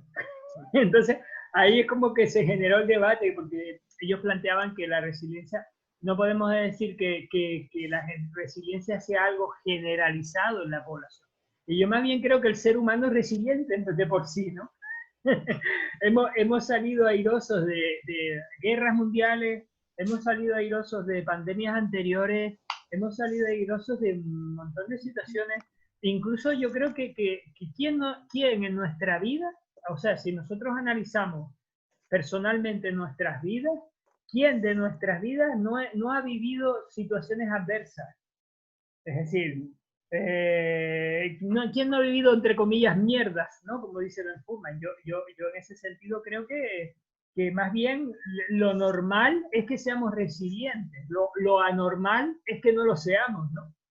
Y eso, bueno, es un debate que surgió por ahí, curioso, ¿no? No sé qué piensan ustedes de eso. ¿Me permites compartir un vídeo que le compartí a los estudiantes que habla de la resiliencia? No sé si me dejas compartir. Sí, te voy a poner como pueden hospedador. Utilizarlo como recurso educativo en los diferentes contextos porque me parece la otra o la mirada otra en positivo, ¿no? Vale, ya estás como hospedador. ¿Me deja? Sí, ya puedes. Compártelo. Compartir. Pero tengo que compartir audio. Un momento. Dejar de compartir y voy a compartir audio. No sé si me dejará compartir. Me dicen si se escucha. A ver, un momentito, por favor. A ver, voy a bajar para que me deje compartir audio. A ver. Sí me deja compartir, pero no sé si se escucha. Ah, vale, ya está. Hala. Listo. Eso es. Ya.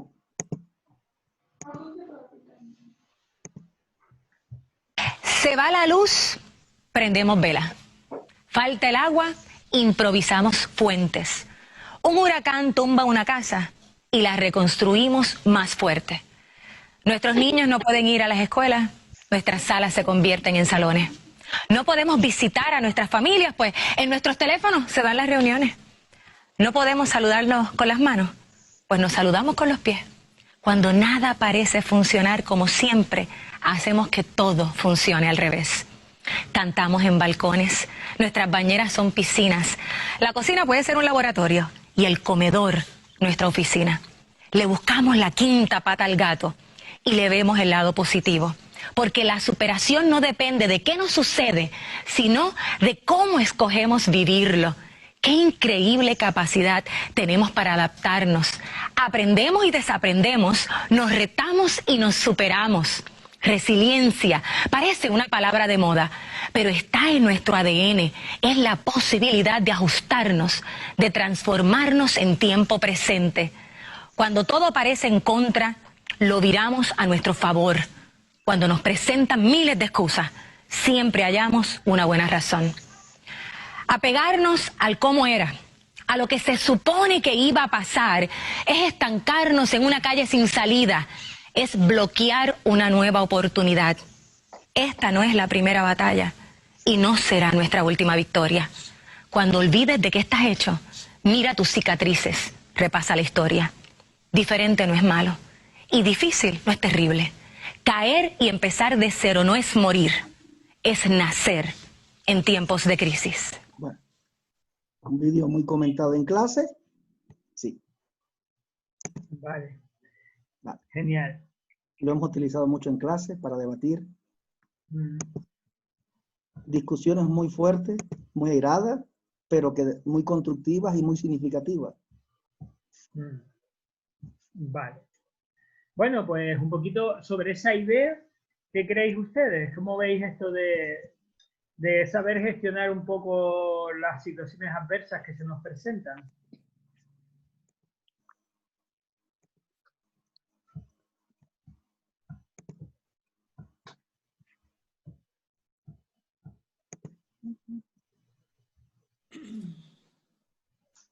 Bueno, de entrada agradecerte, Héctor, que hayas puesto el vídeo, me gustó un montón.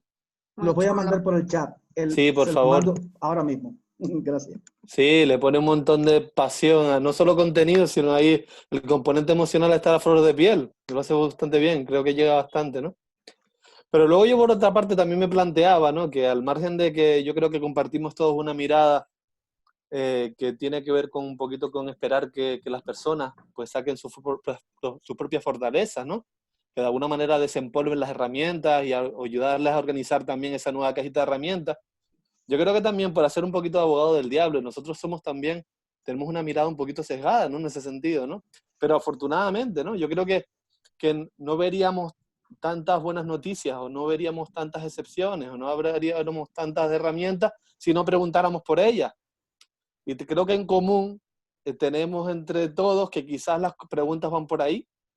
No sé si las mismas familias preguntadas de otra manera verían las situaciones de crisis de una manera distinta, un poco en relación a lo que cómo se construye, ¿no? La realidad. O sea, creo que de alguna manera, al margen de que la familia, pues como decimos aquí en Canarias, burro cargado busca camino, que buscan camino, a veces no preguntamos por el camino, a veces preguntamos por otras cosas, ¿no? Y cuando preguntamos por otras cosas, a las familias les parece que no están en camino, cuando realmente sí lo están, ¿no? Entonces, yo un poquito había una anécdota, no sé si la conocen, seguramente sí, de Milton Erickson. No sé, por resumirlo mucho, es bastante larga, ¿no? Pero creo que Milton Erickson se crió en Estados Unidos, el padre tenía una granja y demás.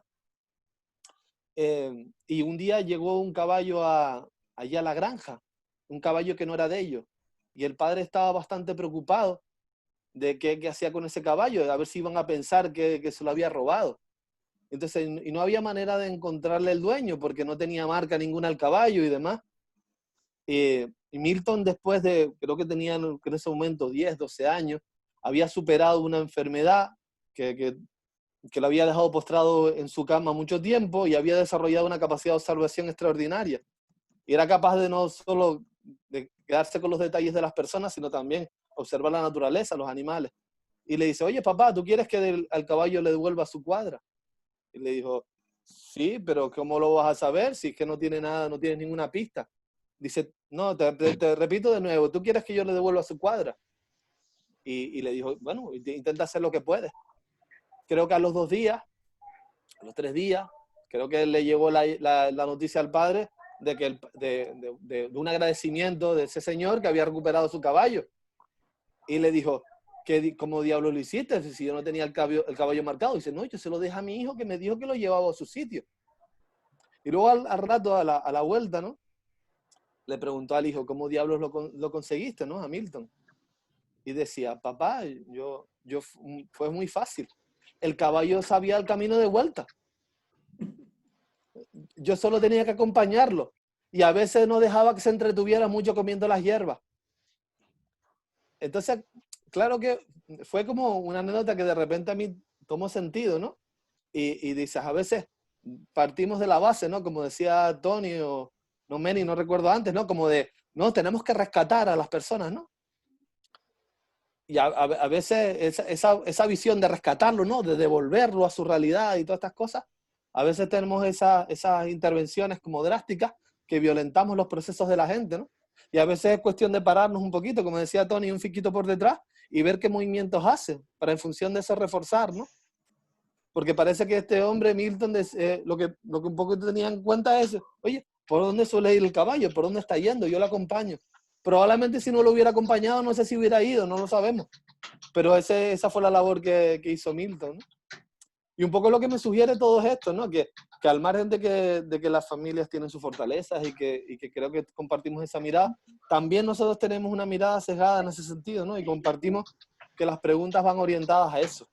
No sé qué ocurriría si este foro fuera protagonizado por personas de otro estilo, otro corte de acompañamiento, otro corte terapéutico. No sé si realmente llegarían a la conclusión de que todo va mejor o de esa visión optimista.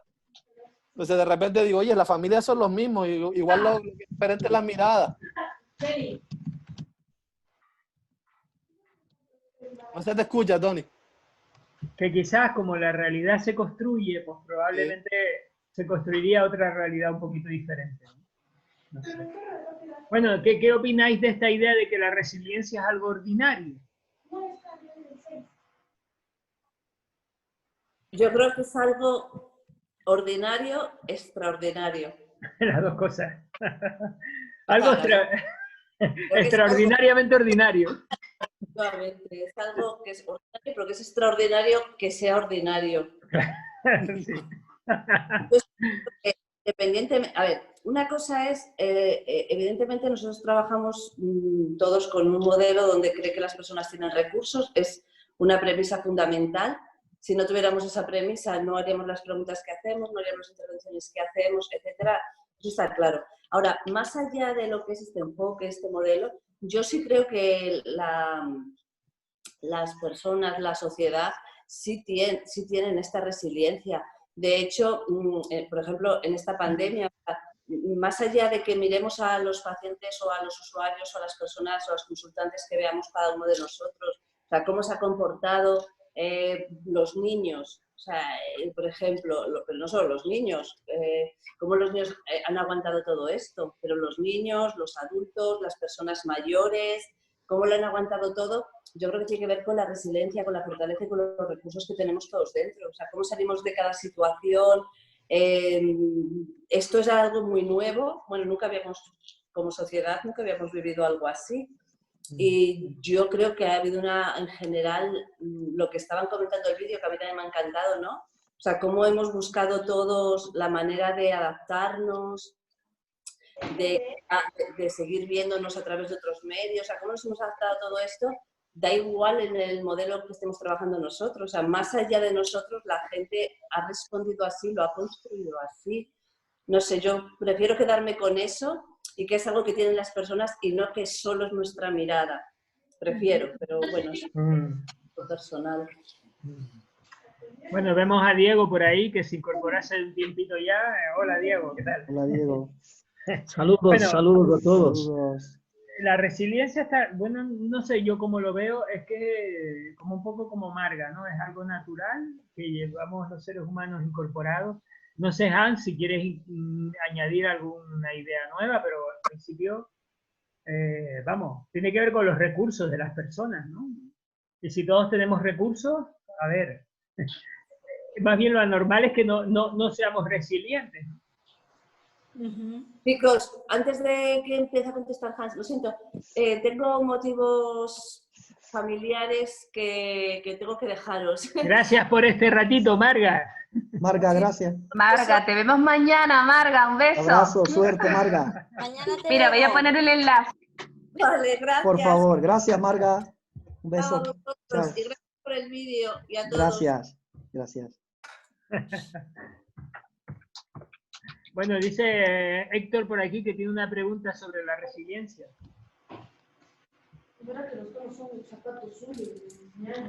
Es decir, el debate en clase a partir del vídeo es, ¿se nace con la resiliencia o se hace o se construye a través del ciclo vital?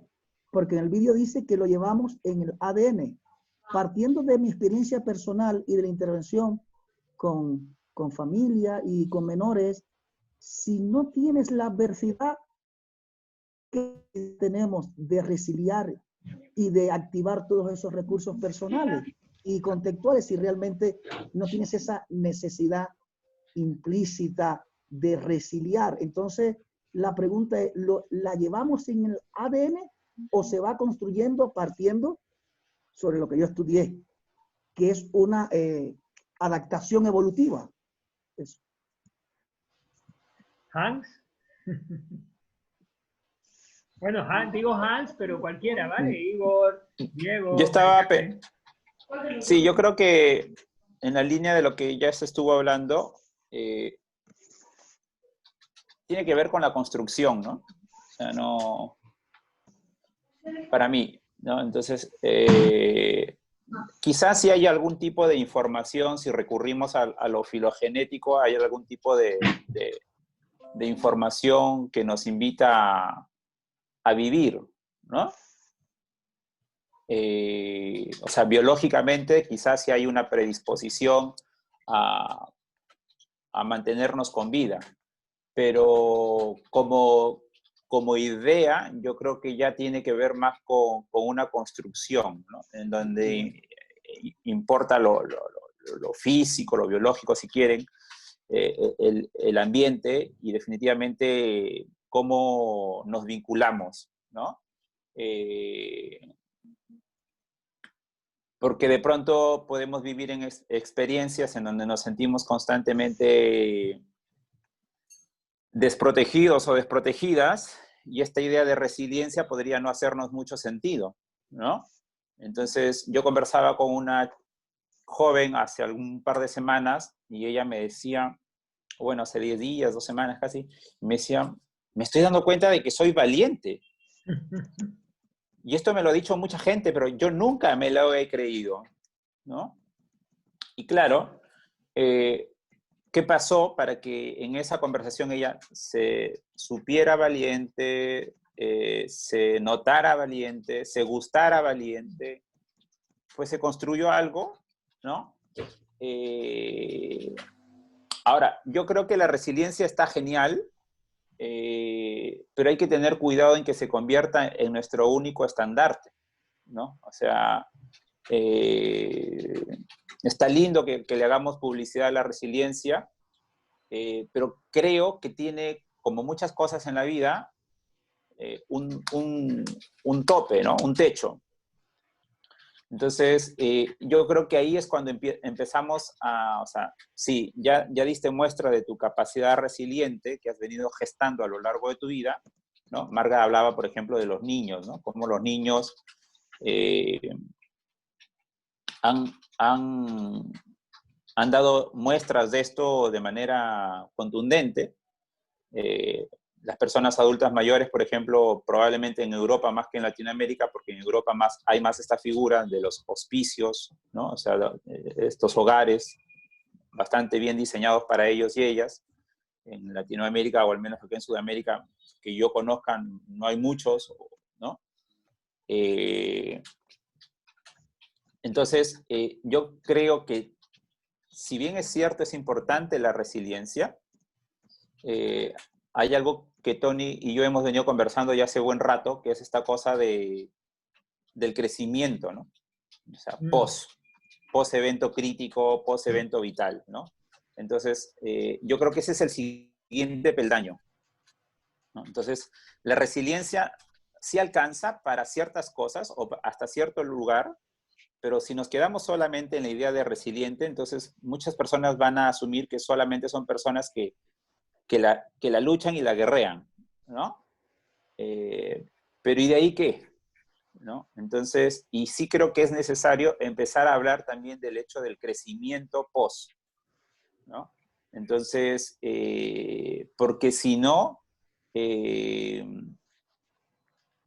pronto nos podemos quedar solamente en la idea de la resiliencia y no notar todo lo que hemos crecido tras esto, o lo que podríamos crecer, ¿no? Por ejemplo, se habla de volver a una nueva normalidad.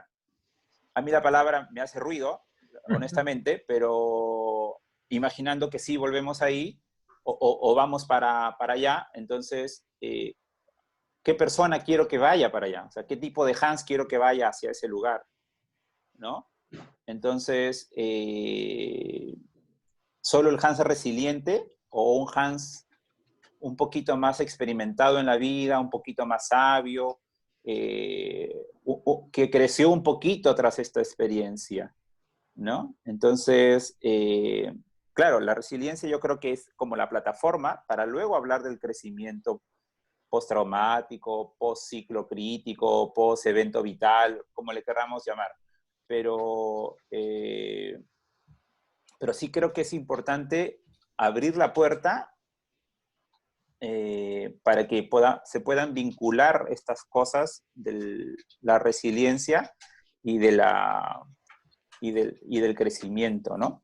Entonces, y sí, yo creo que es una cosa que está construida, pues, ¿no? O sea, que se tiene que construir definitivamente, ¿no? Y que se tiene que seguir tejiendo, ¿no? Entonces, esa sería un poco mi posición. Es curioso porque, mira, esto que Hans, tú planteas, se conoce, bueno, una de las autoras que más ha estudiado esto también es Fredrik Banik, y ella un poco habla de este crecimiento, que realmente es crecimiento tras una crisis, ¿no? Es crecimiento postraumático. Y me llama mucho la atención porque realmente hay numerosos estudios.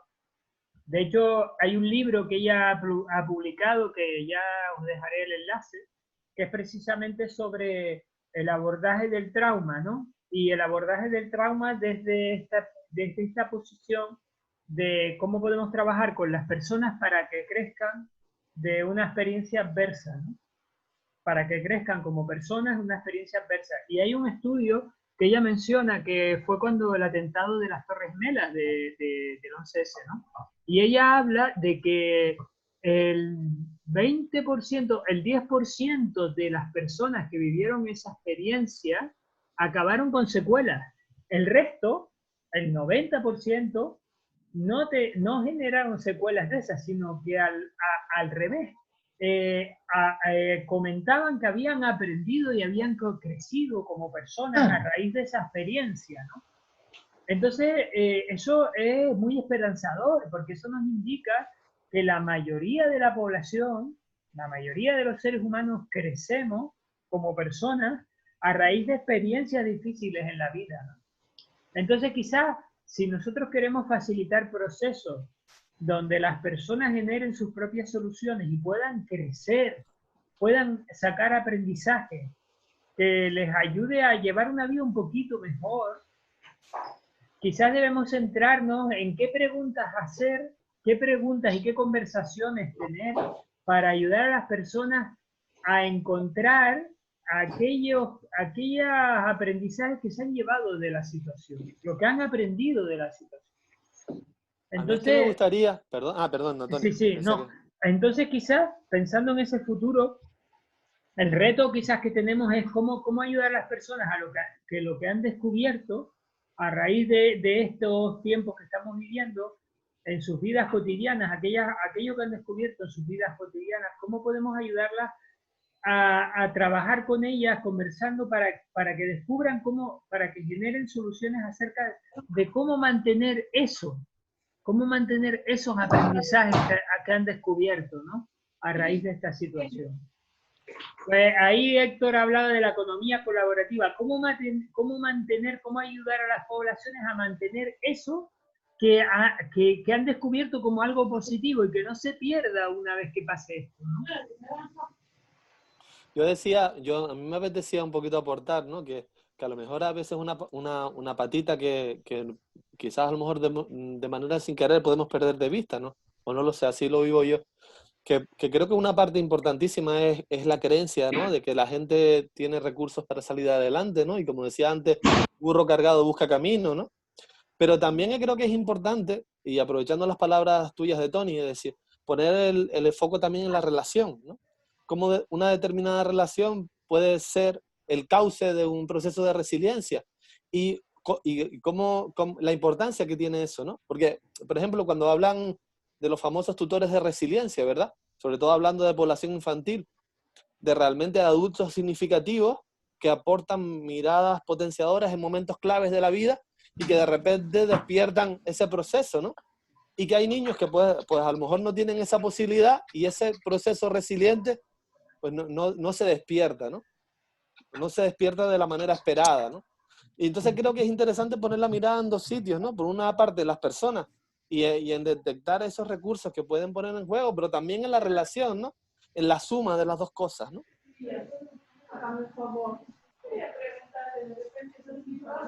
Se estaba sintiendo. Sí, por un lado el tema de la relación es sumamente importante y con lo que decía Jonay me parece también bastante potente. Y esto que estaba mencionando Jonay me conectó con el libro este de Ben Furman, este de Nunca es tarde para tener una infancia feliz, ¿no? En donde Ben Furman hay un testimonio o coloca como para empezar uno de los capítulos finales, hay como una pequeña, esta cosita que se coloca antes de los capítulos como una cita, ¿no? Y es la cita de una mujer justamente que probablemente le envió una de las cartas, ¿no? A él. Y esta mujer era una persona que había vivido los efectos, la Segunda Guerra Mundial y el post, pero ella decía que de niña lo que le salvó el pellejo, dicho así de manera muy concreta desde mis palabras, era que pensar en el futuro le había permitido a ella seguir con vida, ¿no? Y entonces es ahí donde coloco otra vez el punto sobre el tema del crecimiento, ¿no? O sea, sí, la resiliencia me sirve ahora, pero ¿y para mañana? Entonces, es justamente esa visión del mañana la que permite jugar con la idea del crecimiento o conectar con la idea del crecimiento, ¿no? Entonces, sí, estupendo. Con la resiliencia yo me enfrento a esto, ¿no? Acá en el Perú decimos algo así como apechugo, ¿no? Entonces, le pongo el pecho, ¿no? A esto. Ya, estupendo. Pero justo cuando pienso en mañana es cuando empiezo a desarrollar esta cosa de ir creciendo, ¿no? Esta mujer decía bastante explícita en la cita de que si ella no hubiera estado pensando en el futuro, probablemente no hubiera llegado con vida a estas alturas, ¿no? Entonces, y definitivamente eso es algo que lo hemos construido como humanidad, ¿no? O sea, muy pandemia y todo, pero yo sospecho que nadie ha dejado de, y estoy usando una palabra peligrosa, el nadie, yo sospecho que nadie durante estos meses ha dejado de pensar en mañana, aunque sea una vez. Aun cuando no sabemos que mañana va a llegar, ¿no? O sea, tenemos esa especie de tendencia, ¿no? O sea, pensamos en, o sea, a veces yo digo, o sea, como que estamos muy conectados con la esperanza, ¿no? O sea, es como de por sí creemos que va a haber un mañana, ¿no? Entonces, cuando en realidad colocando cable a tierra, eso no lo sabemos, ¿no? O sea, porque me puedo morir más tardecito, ¿no? O sea, después del live, ¿no? Entonces, es curioso esto, es curioso, ¿no? Y ahí yo creo que sí es importante que empecemos a hacer más reflexión sobre eso, más estudios sobre eso. A Tony yo le comentaba este libro de Antifrágil de Nassim Taleb, ¿no? Entonces, en donde el Nassim plantea la idea de la antifragilidad no como algo irrompible, sino que algo que de pronto podría tener algún tipo de lesión, pero que pasa por la resiliencia y luego crece, ¿no? Se hace mejor, ¿no? Y no para caer en el discurso en esta cosa de estar en un continuo mejor, mejor, mejor, mejor, porque también se vale por momentos decir, quiero quedarme así como estoy, por ahora, ¿no? Ayer una joven me decía, estoy en el 4 que te dije el otro día, ¿no? Y me quiero quedar acá. No quiero ser tan optimista, ¿no? Y le digo, ¿y si te atrevieras a ser optimista, en qué número estarías? En un 6, y quizá mejor en un 5, ¿no? Pero quiero estar en un 4. Acá.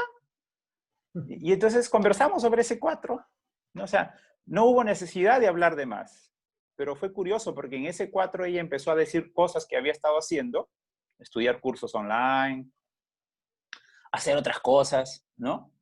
Y al final de la conversación dijo, voy ahora a hacer esto para que luego, con toda la certeza que pueda, decir que he avanzado aunque sea un punto.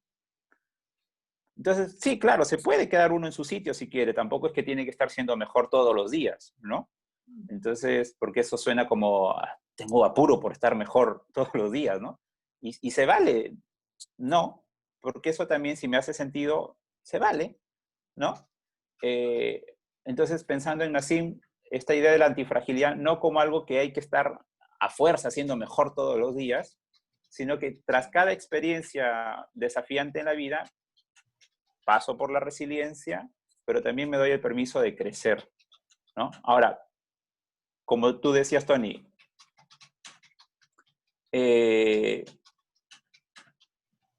¿cómo construimos una conversación para que las personas conecten con el crecimiento? Y ahí cacho con lo que decía Marga, en términos de es esta premisa, es esta idea, o citando a Steve, este conocimiento, ¿no? Porque le preguntan a Steve, ¿ustedes creen que las personas tienen recursos? Y Steve dice, no, eso no es una creencia, es un conocimiento, ¿no? Y hay una diferencia lingüística y por ende de realidad entre la palabra creencia y la palabra conocimiento, ¿no? Entonces, no es solo que lo creo, o sea, yo sé, ¿no? O sea, las personas todas tenemos, aunque sea una habilidad, y eso ya es suficiente, ¿no? Bueno, ya se está acercando un poquito el tiempo que teníamos previsto para este ratito que hemos pasado juntos. A mí me gustaría que, bueno, a mí y a las compañeras de la asociación, que pensáramos un poquito qué nos llevamos de este ratito que hemos tenido, ¿no? Y qué nos llevamos de cara a nuestro trabajo, a nuestra vida, ¿no? Entonces, no sé, quien quiera compartir alguna idea. Mira, perdona, me tengo que ir rapidito y me gustaría responderte así y poder decir algo en todo este encuentro y por lo menos... Sí, claro, Igor, claro. Mira, bueno, primero, gracias a todos, el momento súper enriquecedor. Me voy con ganas de volver a veros otra vez, o sea, y con esperanzas de volver a veros otra vez. No solo eso, sino que me voy con la idea... empezaste, Tony, diciendo, ¿no?, que la gente siente que, bueno, pues que las cosas también están mejor, ¿no? Y también es verdad que también la gente se da cuenta de que las cosas están mejor porque también les hacemos preguntas para que vean que las cosas están mejor, que creo que también es una forma de construir esas cosas que están yendo mejor para que se den cuenta que están yendo mejor, ¿no? Entonces yo me voy con esta idea de seguir preguntando qué es lo que va mejor, porque realmente de esa manera puedo seguir construyendo todas estas excepciones y además futuros que puedan ser mejores.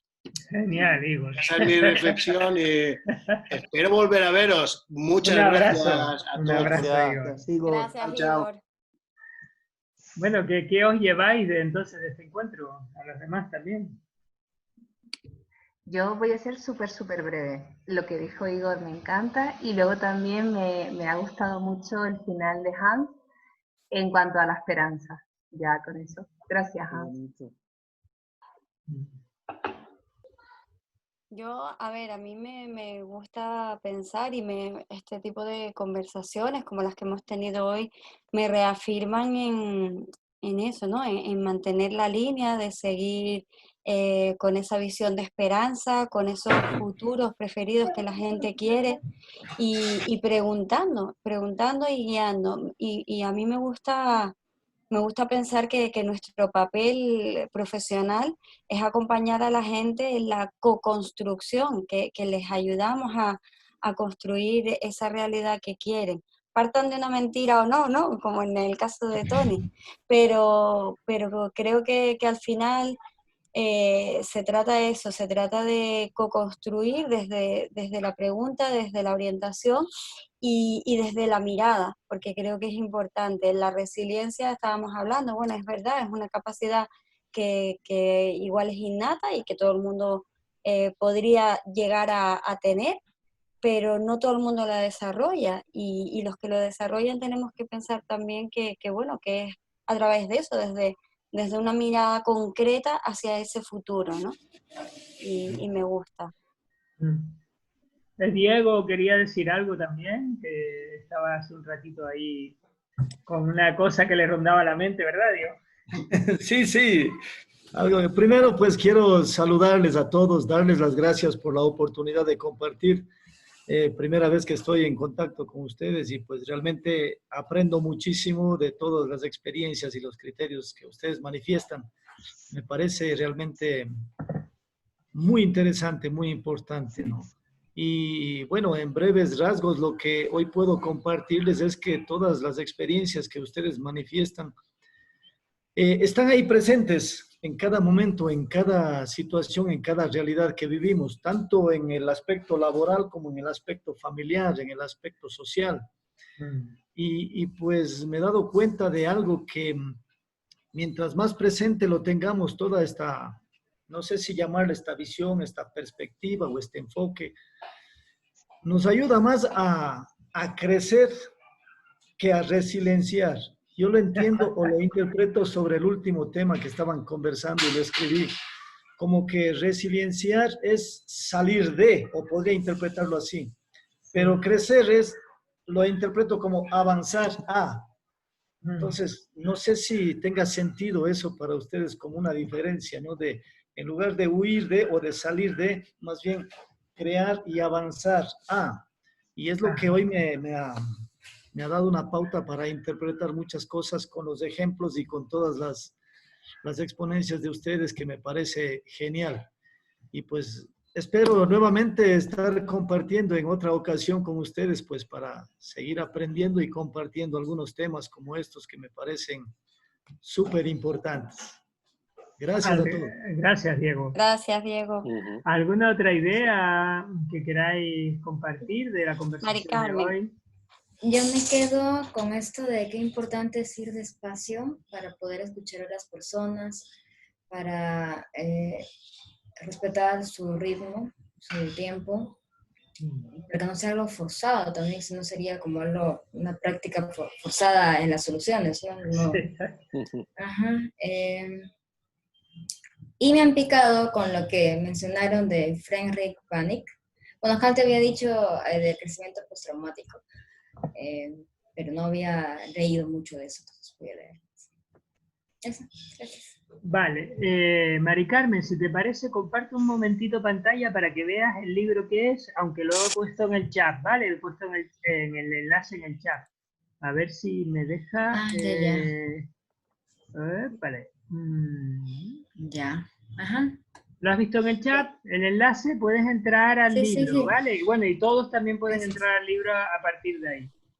Bueno, el libro está en formato digital, o sea, si tenéis el Kindle, el Amazon Kindle, os podéis bajar el libro, una muestra también para verlo, si les interesa y tal. Pero es un libro muy interesante porque habla sobre todo de cómo trabajar el crecimiento postraumático desde un enfoque centrado en soluciones. Una primera parte de este libro es sobre investigaciones y estudios y demás, pero hay otra parte del libro donde es muy práctico y te da muchas ideas acerca de cómo abordarlo, ¿no? Cómo ayudar a las personas a crecer a raíz de experiencias traumáticas, ¿no? En la vida. Muy interesante. ¿Alguien más quiere aportar alguna idea, Pilar? Sí. Mira, escuchándolos, yo pensé mucho en mi propia experiencia, de experiencias postraumáticas, temblores.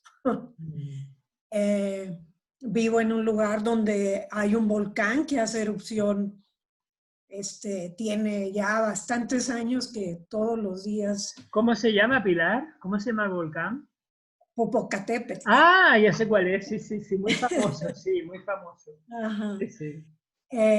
Y bueno, me tocó vivir el temblor de 1985 en la Ciudad de México, el de 2017, el mismo día.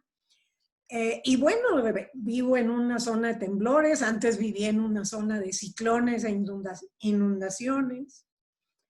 Y me quedé pensando mucho en esta parte de la resiliencia o el crecimiento. Y yo creo que en mi experiencia ha sido crecimiento.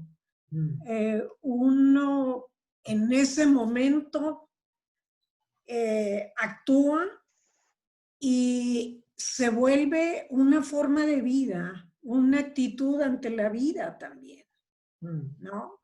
Entonces, cuando uno se apropia de eso que surge en el momento como resiliente,